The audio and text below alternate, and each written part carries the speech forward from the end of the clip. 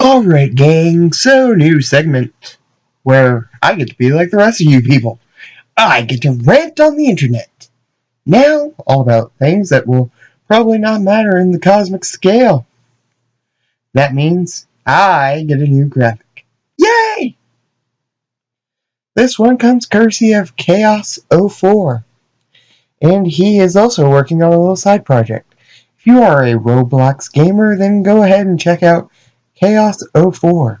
It is a new game where you work, build a home, and enjoy your virtual pets. This game is still in progress, but the link is down below. Honestly, that sounds kinda cool, and I think that Roblox is like an online Lego game, which sounds kinda cool. I know parents like it because no more stepping on those tiny little evil bricks. I've only seen promotional stuff, so I have no idea. I am only useless comic books and television's talking guy. I can't play a video game to save my life. Now, onto some jerk ranting on the internet. The Marvel Cinematic Universe. Beautiful, fun, great stories that cover many characters and themes. When they do something gut-wrenching and heartbreaking, you feel it. The DCEU.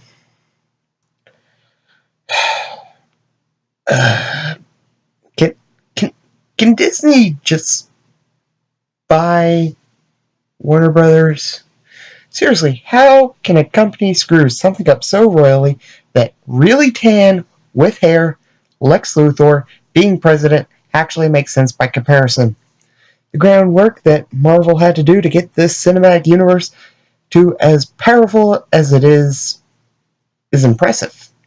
Warner Brothers, because I refuse to drag DC's name through the mud on something that was obviously not their fault, Warner Brothers didn't even have to do half of the work Marvel had to do. Let's talk about the fact that, first of all, Warner Brothers had all of the toys in the toy box. What do I mean by that? You noticed how there hasn't been a solo Hulk movie starring Mark Ruffalo? That's because to do so, Disney would have to work with, I believe, Paramount Film Studios. Might be Universal. Either way, it's one of those two that used to be a really big deal, not so much anymore. At least Paramount still has Star Trek. Wonder why people are actually excited that Disney is at least still trying to buy Fox. Because we will be getting to see the Fantastic Four and X-Men team up with all our MCU favorites when this totally evil corporate deal goes down. Because back in the 90s, Marvel had to sell the movie rights to most of their characters to keep the lights on. Warner Brothers bought all of DC outright, except somehow the television rights to Batman. I don't know all the details, and because some legal things happen and alcohol is too expensive, so I'm hoping just ranting will get the pain out of my system just as good. But you understand what I'm saying. Marvel had to work with only a few characters, most of which at the original time of their big screen debuts were basically unknowns or nearly forgotten. Remember back when the first Guardians of the Galaxy movie came out? Everyone was like, oh, I don't know, Marvel seems to be putting all their chips on characters no one has ever heard of. This might be the fall of the MCU. And we basically heard that for everyone. But Warner Brothers could make a live-action movie of all their top-tier heroes right now. Hell, back around 2008, we almost had that. A Justice League movie called Justice League Mortal. The story would have been slightly dark, but ended on a positive note. But thanks to the writer's strike of the time, we got doomed to the, I actually kind of enjoyed, Frankenstein monster that was 2017's Justice League. More on it later. I'm guessing all 2 members of my fan base has at least heard of the cancerous Green Lantern movie. It was a boring, by-the-numbers superhero movie, and honestly, if 2 things had not happened in it, I would have been okay with it. Crappy CGI and all gets a moderate pass, but thanks to the 2 things that happened in this movie, I hold it in the bad category. One has no major bearing on this topic, but I'm getting it off my chest. Sinestro putting on his gosh darn yellow lantern ring. He had no reason to do so other than sequel bait. At least if he had said something along the lines of, "That rookie lantern Jordan has embarrassed me for the last time," or something. You should at least give a reason for things to happen. Then the other was a whole character, or at least their treatment of her. I'm talking Amanda Waller. I thought she was going to be an anti-Nick Fury, whereas in the MCU, Nick Fury and S.H.I.E.L.D. works to unite our Avengers under their banner. I was expecting Amanda Waller and Cadmus to show up in other DC movies to inadvertently unite the heroes for a Justice League movie. Maybe she would assemble a special 10th version of an assignment unit, a Task Force X, if you will. That might go on a suicide mission to stop these heroes, so it might be a Justice League versus Suicide Squad, perhaps. This was exactly my thoughts the moment we were introduced to her character. And then, imagine my shock, annoyance, and dumbfoundment, which I believe I've created a new word because my spell checker says I'm an idiot for spelling dumbfoundment. That's D-U-M-B-F-O-U-N-D ment. And when I press the spacebar, dumbfound is still a word, but dumbfoundment isn't. That's right, I'm having a rant inside my rant, because I'm a genius who has created a new word. Dumbfoundment. The sensation you feel when you have become dumbfounded. When they kill her. It was like they wanted to copy the Marvel model, but read the instructions sideways, because they took a relatively forgotten hero, seemed to prime the hero for a shared universe by sprinkling references to other characters, and then waiting for a sequel.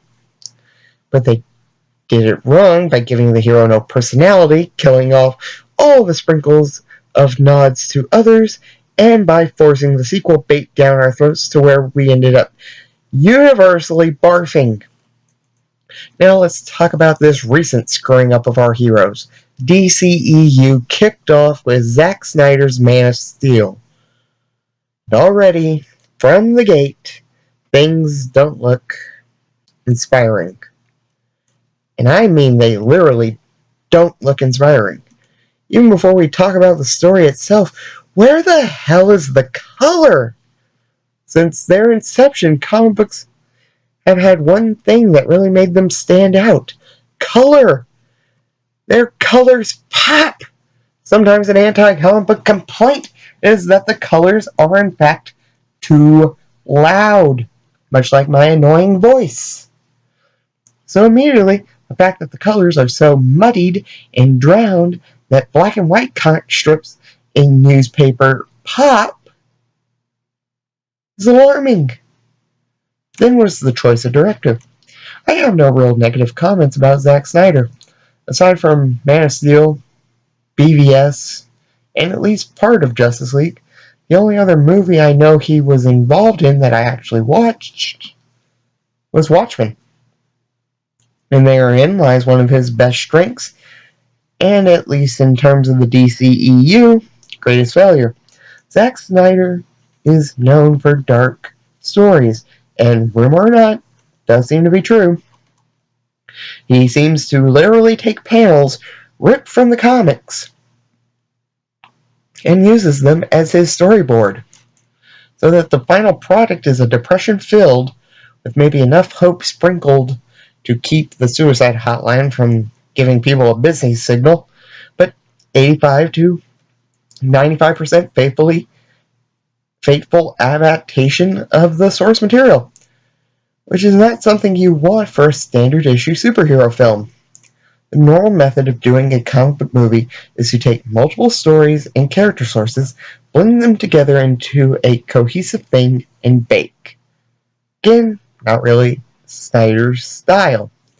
That would be a great choice if we wanted to tell the full, unedited, but somehow combined, but not really combined, Death in the Family and Killing Joke stories as a live-action movie.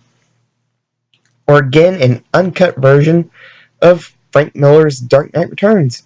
Or if someone is venturing towards kindness, a vindicated and possibly more violent version of the very vile viewing experience V for Vendetta. Alliteration is fun. If our president, Donald Trump, took out those that toss their trash onto trails, time would tell he turned us from a litter nation. An alliteration pun. I am amazing. Anyway, back to the comic book movie musings. The casting for the DCEU has, for the most part, been on point. Everyone was dissing Ben Affleck as Batman, but now everyone is wishing he wouldn't leave because he works well as an old man Wayne that is cranky and disheartened towards the world and is kind of badass. Sure, he was killing people left and right, but again, we didn't blend in any of our more positive role model versions of the Caped Crusader to make us feel better about the world. Gal Gadot, I hope I said her name right, is a great mix of beauty, grace, and crap your pants badassness that you want from a Wonder Woman. Henry Cavill, well, not by any stretch of the imagination, a copycat Christopher Reeve, a sort of problem that Brandon Routh had for his movie. This was basically a sort of boring sequel to the Christopher Reeve movies of years past, but Cavill has the ability to portray the character of Superman in a great way, and looks the part. Now, if Warner Brothers can stop rushing to make films and actually give a crap about the product they are making, then we could have a really good, not just sort of decent, would be passable if not for a stupid Tom Cruise movie forcing bad CGI to hide some stupid facial hair. Seriously, this Mission Impossible movie better be good. Oh, and Warner Brothers, how about stop announcing like 80 DC movies and pushing the already announced 60 back every 2 weeks so we can actually hype ourselves up to get ready for Black Hawks and Birds of Prey. Oh, I'm sorry. Warner Bros. Just pushed those around. I meant Flash movie and Ambush Bug the movie. Oh, wait, I mean Blue Beetle and Teen Titans. Nope, sorry, read that wrong.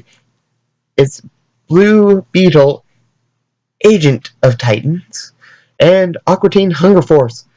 No, wait, they've changed again.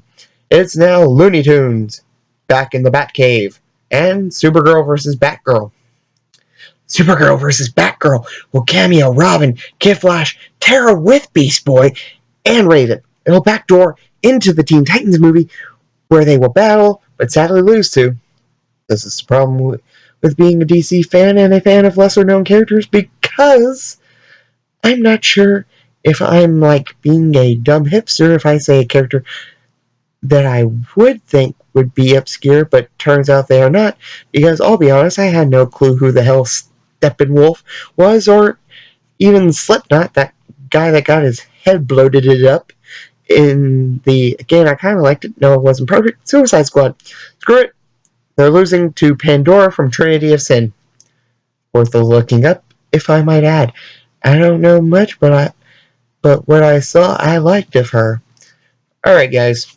I think that's all the sort of yelling. It's 4 a.m. when I'm recording this audio. I live in an apartment complex. I don't want to wake neighbors, but just know there was a lot of caps lock used when I wrote this script. I will do for now. But don't worry, I have another rant planned soon. Like how I think we shouldn't even be having superhero movies anyway. I think I have the clickbait title for when that video comes to fruition. Anyway, this is Josh from Hero Headcanon, and I will grace you with the presence of my annoying voice later. Please leave me some comments. YouTube doesn't tell me about likes, shares, or views, but it does tell me about comments. I mean, I guess you could subscribe, but that isn't nearly as fun, or help give me ideas for future shows. Please, I want comments. Comments make me feel good.